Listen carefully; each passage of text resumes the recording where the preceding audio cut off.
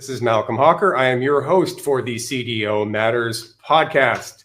It is my distinct pleasure today to introduce Mr. Saleem Khan, who will be joining us today from Discovery Data, where Saleem is the CDAO.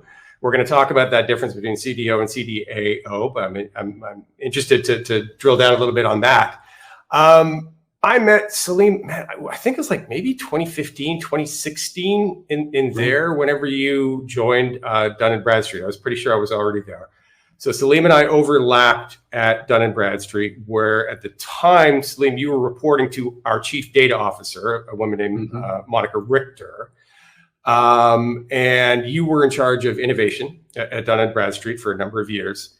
And I can remember being a bit of a pest to Saleem when I found that he was working on some blockchain related stuff. And I think that I was often pestering you related to concerns that I had about the implementation of blockchain at Dun & Bradstreet, at least from the perspective of any sort of kind of disruptive force. We're going to talk about blockchain today.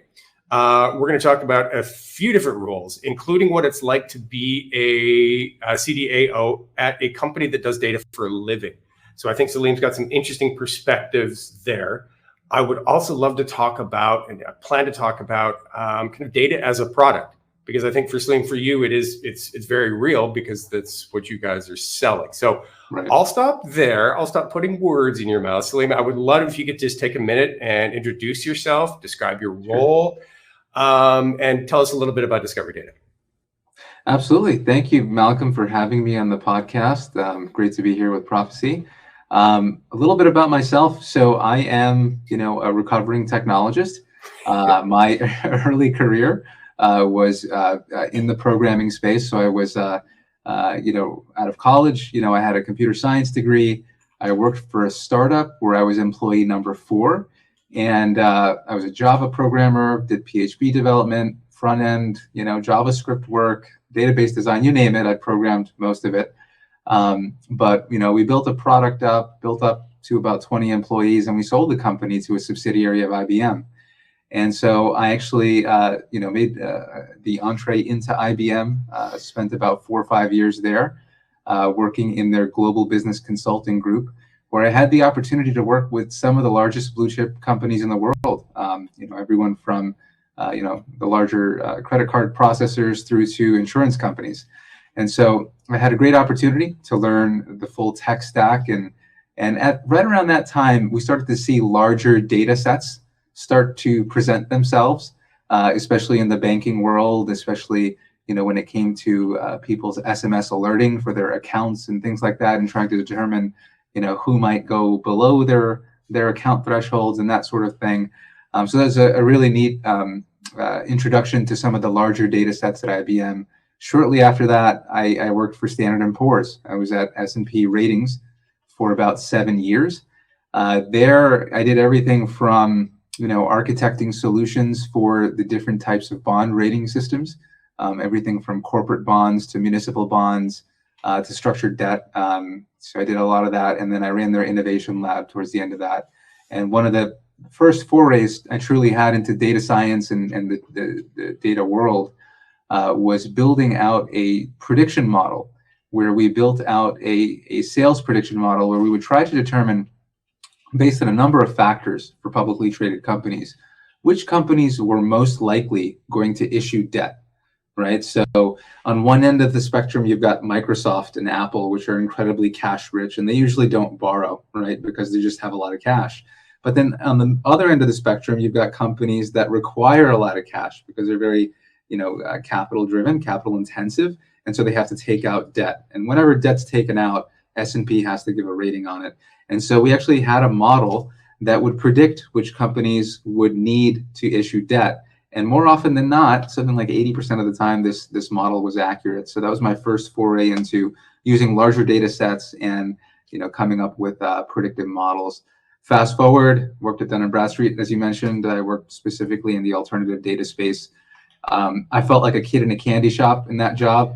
It was really neat because I got to work with mobile foot traffic data. I got to work with satellite data, import-export data. You name it, all the coolest new data sets that were coming out back in 2015, we got to trial them, use them, and actually put them to use to generate revenue. So that was a pretty neat experience. And now, finally, I find myself at Discovery Data. I've been with the company for about 2.5, almost 3 years now. Joined with them right after the pandemic. But my job right now is Chief Data and Analytics Officer. And just to break that down, the job is really what I like to call 3 components, right? So I break it down into a cheeky little acronym. I call it RAD, Research, Analytics, and Data, right? And so the function that I have, number one, is research. So one of the things that we do is we provide a lot of research, a lot of content around trends within the space that we operate in, which happens to be the financial advisory space. So Discovery Data, by way of background, is a company that collects data on financial advisors across the United States. So anyone who's a registered investment advisor, anyone who's a broker-dealer, anyone who is an insurance agent, we collect information about those individuals, collect profiles on those individuals, and essentially sell that data as marketing data, right?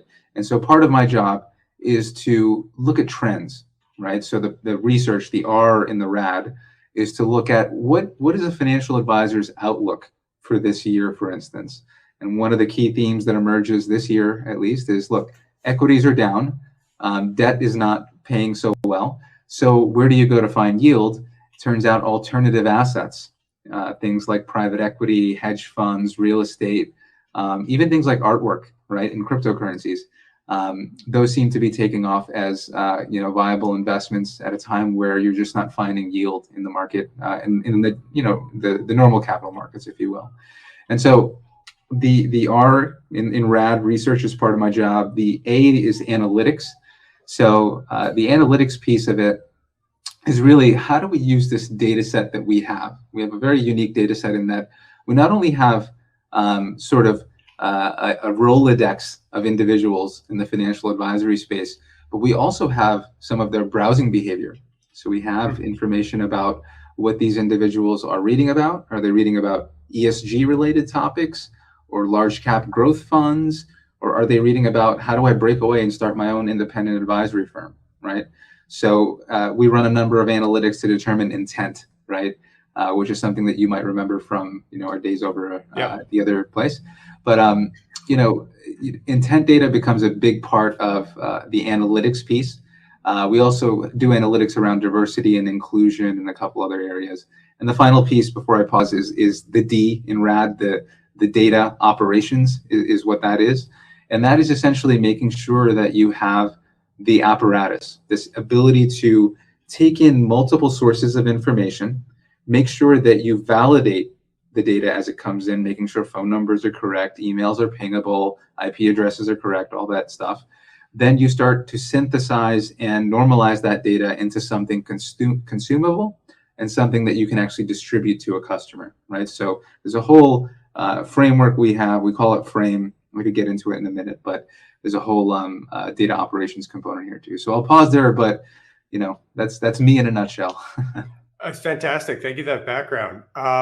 So would it be fair to say in your role, are you responsible for kind of like what I would call more traditional internal data and analytics, right? Like creating dashboards, reports, data quality, MDM for internal consumption, or is that under more of an IT banner?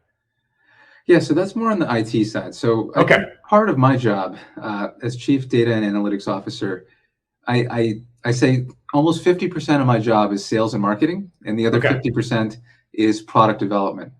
So I have a great team. I have the luxury of having a team of individuals that do research, analytics, and data, and they operate the day-to-day, sourcing of the data, normalization and distribution of the data. But my job becomes making sure I communicate with customers, especially our largest customers, as often as I can, to impart on them what's the latest and greatest thing that we have to offer. What are the trends that we're seeing within the marketplace? They want to hear directly from the Chief Data Officer. And so I feel the role has become a little bit of a marketing role, right? It's become a little bit of a sales role, especially at a data company, because data is our product. And so who better to hear from than the chief data officer about what trends there are and where you're taking your data set. What's next in your data set. Well, that's interesting though, but that does seem like a natural extension based off of what you guys do for a living.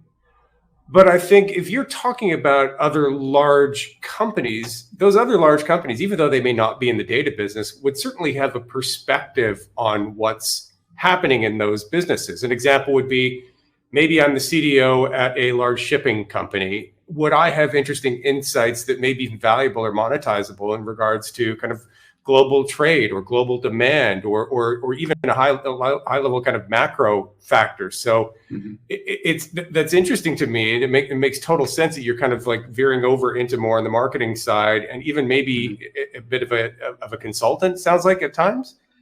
Yes, at times it is some consulting work. So helping customers think through scenarios. So for instance, one scenario I could provide. So at Discovery Data, like I said, we are focused on financial advisor and insurance agent data, right? Yeah. Think of us as sort of being the yellow pages for that information. Yep. A customer may come to us and say, hey, look, there's a specific geography in the Southeast where we want to sell specific type of assets. You could be a large asset manager that sells an ETF, for instance, or a mutual fund. And you want to target specific advisors that have had a level of assets under management growth over the past 10 years. So they'll come to us and say, look, I only want to target advisors in the Southeast that have had at least 10% year-over-year growth in their AUM. And we want to be able to find that cohort, and we want you to help us go after that cohort, to be able to sell our products, to be able to pitch our products. And so that's one scenario where we almost become consultants, right? The end user here has a very specific goal in mind. They have a business goal where they feel they're not as penetrated in the Southeast or Southwest or whatever region it might be. And so they come to us with that specific goal, and we'll have to walk them through how we would help them achieve that outcome that they're looking to achieve. And I'm happy to say that we have nearly 1,100 customers, of which over 90% are repeat customers. And it's partly because of this consultative sort of approach we take. And it's not all on my team. I have to also kind of lump in our customer support team.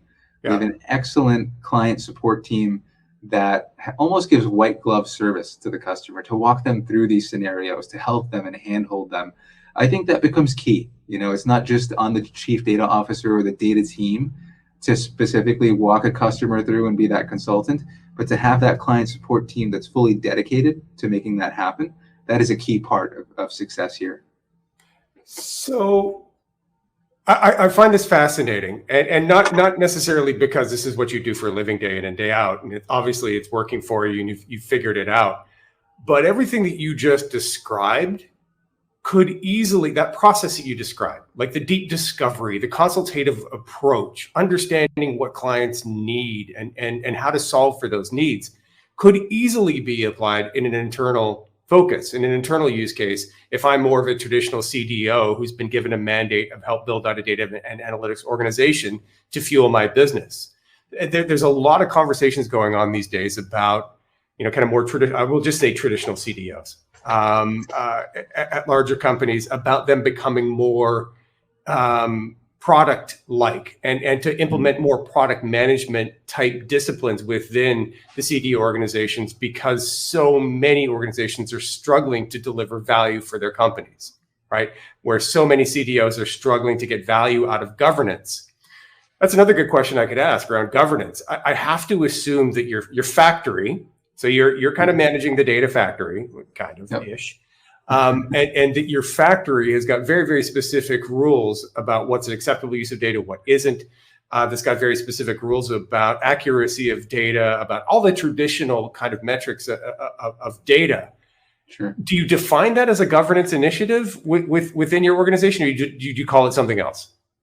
No, absolutely. We do call it governance. We have a framework as part of our overarching, that RAD framework I mentioned. As part of the data operations, we have another framework under there called FRAME, another cheeky name, but FRAME is an acronym. It stands for Fuel, Refine, Analyze, Magnify, and Execute. So What each of those components is essentially different parts of the data operations lifecycle. So the F in frame, the fuel, is essentially the different data sources we have. So we collect data from sources like the SEC, state insurance commissioners, different financial sites, as well as social media, right? So those are areas that we collect our fuel, if you will, from. Then it's a matter of refining that fuel. So the refinement of it is partly the beginning of that governance that you talked about, right? So this is essentially ensuring that fields are validated properly. We have hundreds, if not thousands, of checks that we do on each individual field. We take in something like almost 3,000 different data fields across the financial advisory world, a couple hundred fields in the insurance agent world. And then I've got a number of other data sets that we tack on, which brings it to almost like 5,000 unique columns, if you will, that we take in. And so every one of them needs to be validated and make sure that we have consistency around that. So that's the R in frame, is to refine it.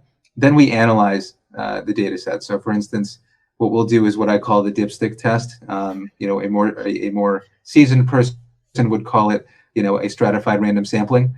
But that's essentially, taking a random sample of your data set, a 5%, 10% sample, something that's representative, and to actually manually review it. And so we actually have a team of folks that manually review that data to ensure its accuracy.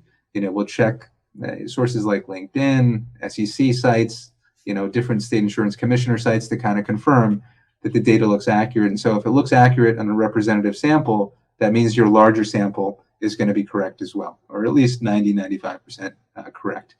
Then there's certain areas where we magnify. So this is the M in frame. Magnification is essentially creating derived data assets. So for instance, you've got all this raw material now. I've got data on, let's say, Malcolm Hawker. He's a registered investment advisor.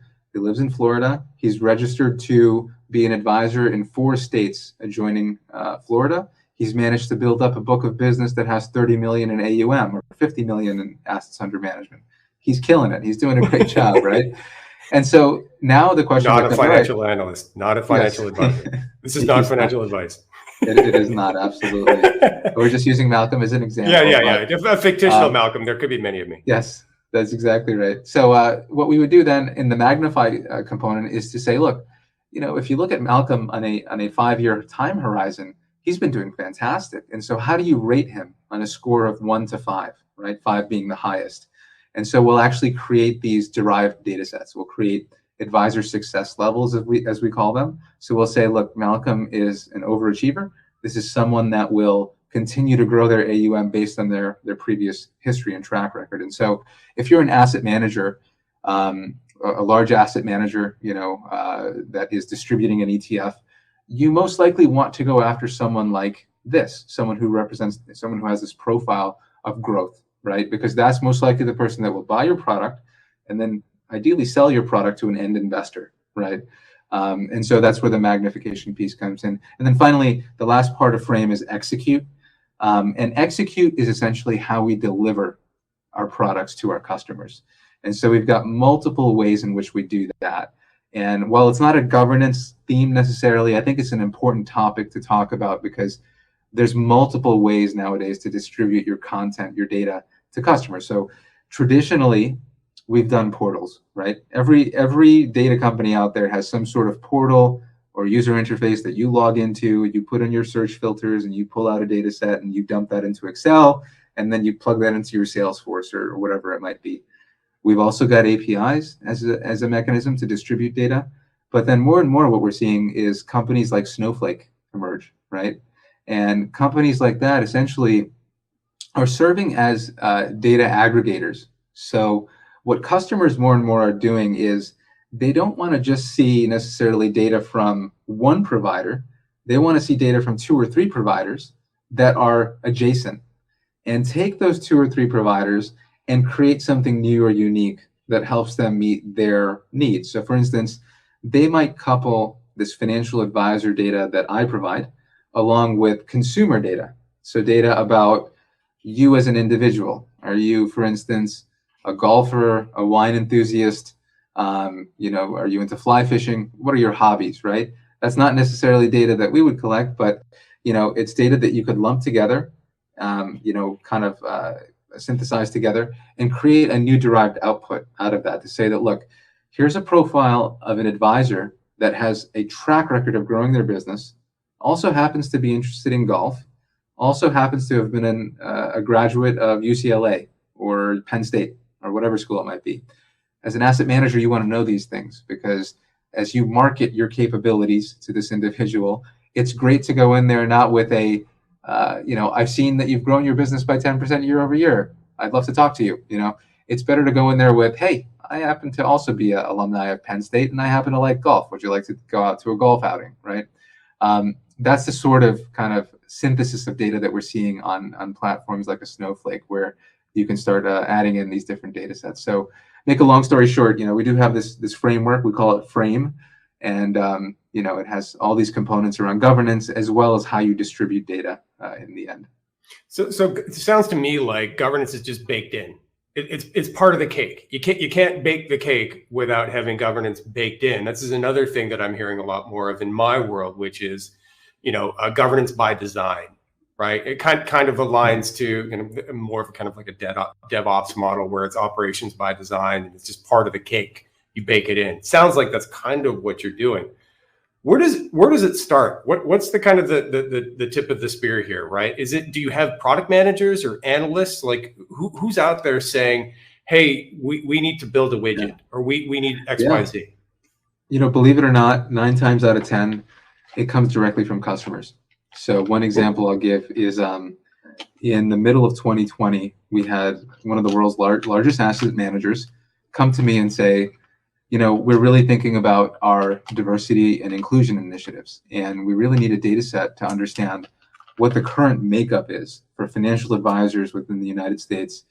How diverse is this industry? How many diverse advisors do we have? How many minority advisors do we have? And so that particular idea came directly from a customer requesting it. And what happened was that large customer asked for it, and then all of a sudden a dozen others asked for the same thing. And so, interestingly enough, happenstance, it just happened, like just coincidentally, or they were all playing golf one day, or like maybe. No, I think that particular one was driven by certain cultural things that were going on in 2020, if you recall, in the summer of that year. There were a few things, a few things happened that year in addition to COVID. But I think a lot of that drove financial services leaders thinking about, okay, we need to have a strategy. If we're serious about diversity and inclusion, we need to have data to drive that strategy. We need to know what the current benchmark is, meaning where are we today when it comes to diversity, and how do we get to where we want to be, right, to be a diverse organization. And so it came out of that. I think that's where a lot of that came from. So customers definitely are one big source for us. Another big source is just reading the tea leaves, right? Looking at what is 3 to 6 months out. What are customers going to ask for? And so we had this product, actually a third-party partner that we work with around advisor intent, right? So intent, you're familiar with the marketing space, marketing intent data. In the same way, asset managers are now starting to use this intent data to figure out which advisors should I be going after. And so we saw that in this world of asset management, intent was not even being discussed, right? But we knew that 6 months from now or a year from now, it's going to become an imperative because everyone's working from home. You need to find a way to figure out this is the audience I have to go after without having to fly all over the country to do that, right? And so we developed this intent data set, and it's been something that we drove internally. We saw the need for it. And that then grew into something that was actually pretty big for us from a ACV or annual cash value standpoint. So, our products went from being mid-priced products to being exorbitantly priced, partly because of the richness of this intent data, right? They just brought a brand new way to surgically focus on an audience and then have that audience actually convert into paying individuals, right? So it was a very different sort of data set. So anyway, to answer your question, there's 2 sources, customers definitely I keep my ears open and listen to what they're saying and what they're not saying too. And then the other part is just having a sense of where the puck is headed, right?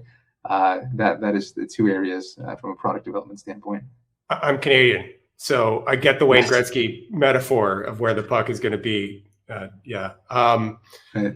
But do you have product managers working in your team, or are they called analysts, or are they more customer success type people? What are the roles there? Yeah.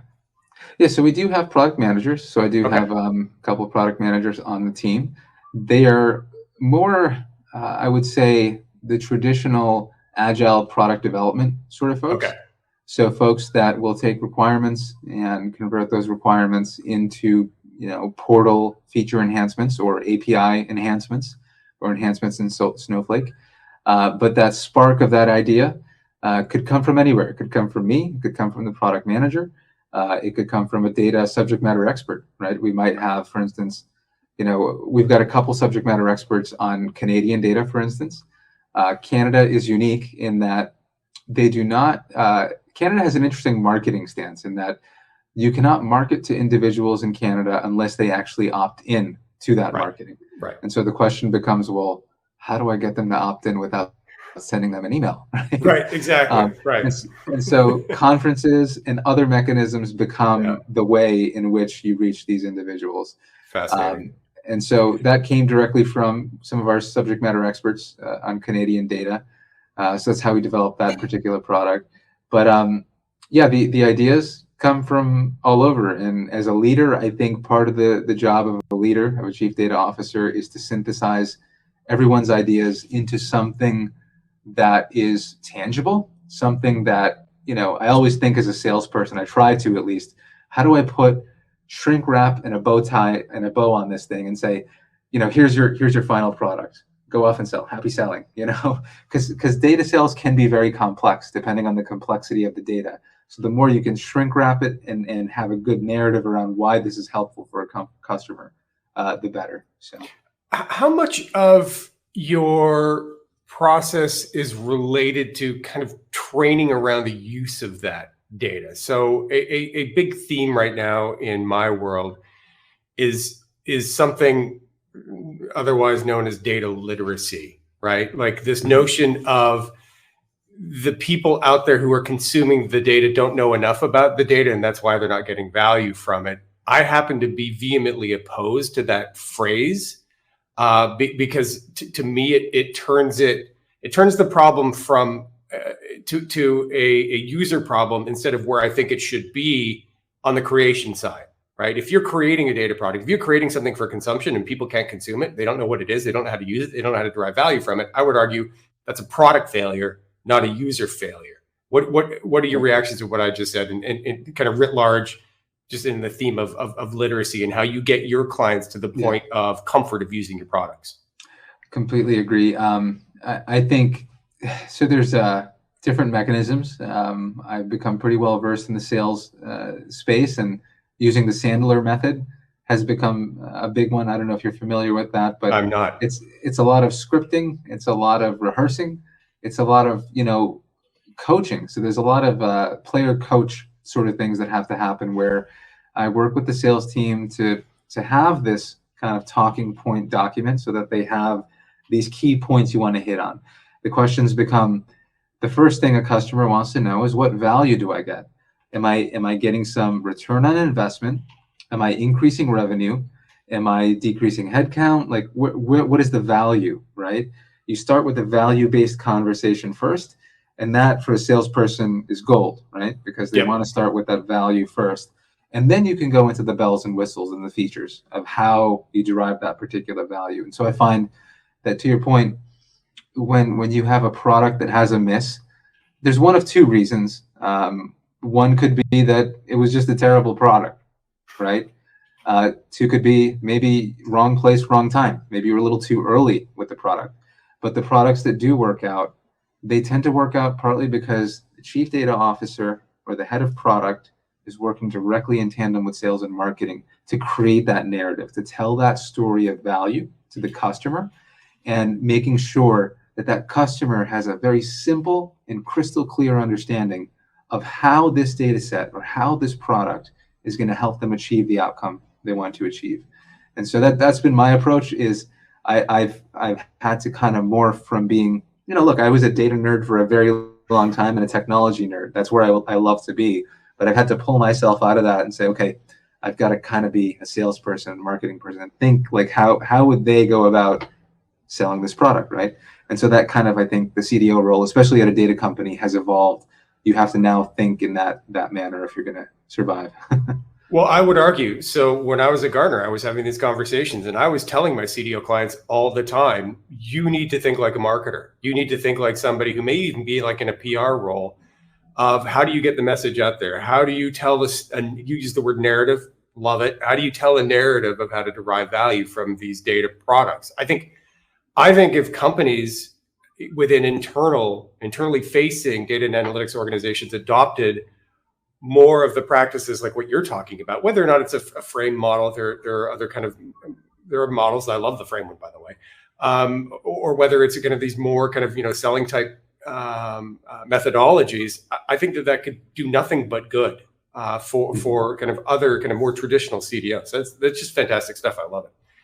Let's transition a little bit. I mentioned kind of blockchain. I fell down the blockchain rabbit hole a couple of years ago. I wrote an article for Forbes about a month ago now. The title of it was "How Blockchain Will Save Data Governance." Yes, a little clickbaity, a little pithy. I get that, but I actually believe it. I know that you were looking at this stuff a long time ago, and long being 5+ years ago. Where do you see things now of blockchain kind of through the lens of B2B, through the lens of maybe data management? Where are we? Is it still coming? Is it still imminent, or have the wheels fallen off? What do you think? Yeah, no, I'm a big champion. I'm a big fan of blockchain, especially in the data management and data governance space. I think, look, 5, 6, actually it's 7 years ago now, 2015. Yeah. Crazy how fast time flies. No kidding. But when we started, at the former company, doing work around blockchain, it was in its infancy, to be honest. We had Ethereum. We were using Ethereum as our blockchain. It had a programming language called Solidity, and what we were doing there was essentially writing smart contracts for businesses that we were tracking. And the database behind the scenes was not Ethereum. It was actually IPFS. And so IPFS, the IP file system protocol, it's called, essentially is like an open database, right? And so what we would do is we'd have like let's call it a Rolodex card for IBM, right? And that would point to an IPFS file location to say, here's all the data on IBM. They're located in Armonk, New York, and here's the CEO, and here's all the information about them. But back then, you kind of had a separation between Ethereum as a blockchain and where the data was actually stored, because in Ethereum, there's a limit to how much data you can actually store within a contract, right? I think it was like a 10K limit or something like that. It still is, because the change would just get massive, right? Like the blocks would be massive, yeah. And verification would take forever. Yes. Yeah. And we were just doing single node validation back then. So this is not like truly a distributed ledger, right? In that you've got multiple nodes validating that's truly IBM and Armonk, New York, right? That's a true blockchain. But now you've got companies. I recently noticed like Big Chain DB.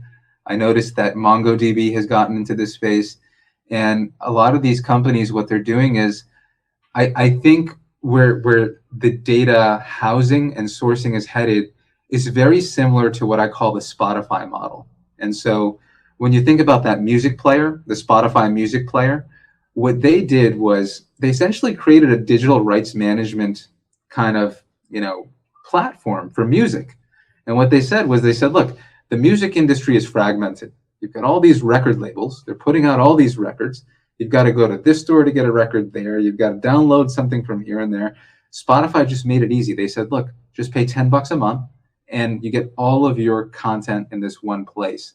And so I think when you think about blockchain, what blockchain is going to do for databases is similar to what Spotify did for music, in that you're going to be able to take in data sets from multiple sources, create contracts for the usage of that data, right? To say that every time you use this particular data asset, X amount has to go back to the originator of that content.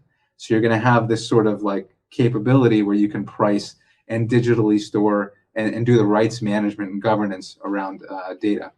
And so, I look at some of these newer technologies now, and I'm kind of wowed by how far it's come in the past 7 years.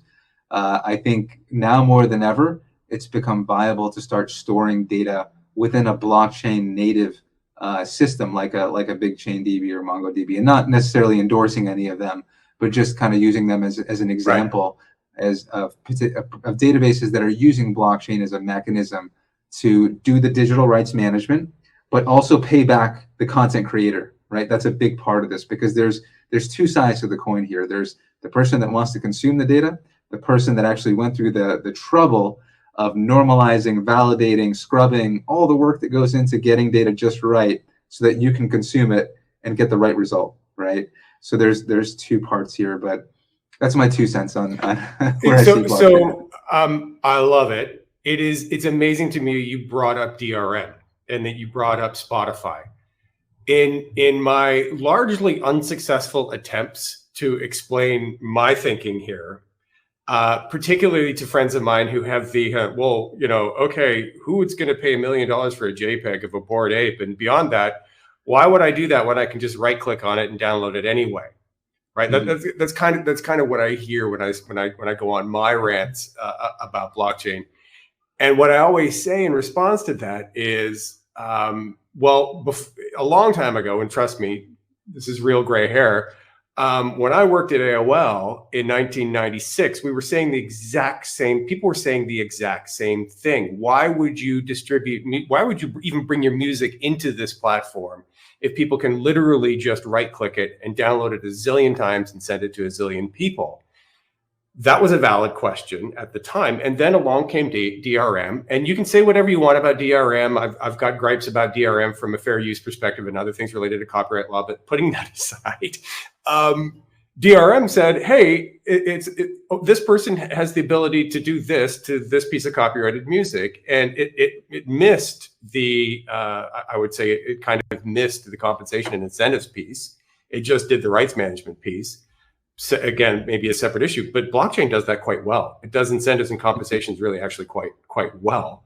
And what I see going on right now is DRM being built for blockchain, whether that's a smart contract, whether that's something else, or whether that's a layer 2 or layer 3 that's sitting on top of these smart contracts. I see the exact same thing happening, where in another few years, you won't be able to right click on that Bored Ape and download it, because whatever infrastructure you're using to look at it will have integrated that DRM software and will be able to apply those rights, because if they don't, they'll be in violation of copyright law.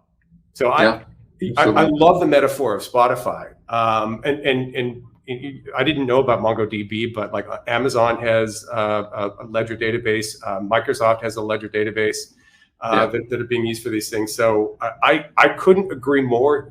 What you laid out is bang on to what I believe will eventually be a world of kind of just hyper decentralized data ecosystems. I'll just call it a data ecosystem for lack of a better word, where companies potentially are willfully sharing certain data assets. What do you think about that? When I ask people, when I say, okay, well, I've got this idea, but it's going to require some form of sharing of data and maybe even a little bit of transparency that kind of goes along with blockchain. From the perspective of sharing data, what do you think when you hear that? And look, I have to preface this by saying these are my own opinions on blockchain, not my company's. Ditto. But yes, I think you're right. I think what's going to end up happening is, in the same way, I'll use the Spotify analogy again. You had fragmentation in the recording industry, right? And the fragmentation caused inefficiencies for the end user. The end user they didn't want an entire album from, let's say, I don't know, Nirvana, Spice Girls, right? The Spice Girls. Yeah, there we go. That's a good one. They wanted just the one song they liked, but then they also liked a song from another band and another band. What became important was the playlist, right? Yeah. That became the important thing. That was the killer app, I think, for something like Spotify. And so I see a similar thing playing out with data. Right now, the data industry in general is incredibly fragmented, right? You've got like hundreds of data providers, but the end user wants a little bit of this data, a little bit of that data. They want their playlist of data so that they could synthesize it into some sort of analytic or some sort of outcome, some sort of report, right? And it's never one place that you can go to get data. And so I think blockchain and DRM play a very interesting role, I think, over the next 5 years of getting the inefficiencies out of sourcing the data, getting it into one place, and then being able to use it to synthesize some outcome, either an analytic output or some sort of derived output that helps you to reach some outcome. So yeah, I mean, just to sum up, I think 5 years from now, we might be talking about something similar to Spotify. We'll call it Datafy or something like that, right? Yeah, and we'll want royalties.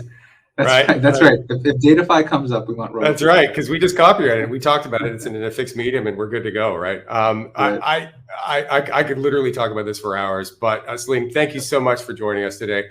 I really, really appreciated the perspectives and the insights from somebody who is a CDO where data is the product. Because as I said about 4 or 5 times in our conversation today, I think that all CDOs could learn from this if they want to implement more product-centric disciplines within their organizations, if they want to build data products, if they want to be more customer-driven internally. I think following a model like what you shared, that frame model, is a fantastic first step. So thank you so much for coming. Thank you for spending a portion of your day with us today. It's good to see you. You too. All right, well, let's keep the conversation going. Great to see you. Thank you again.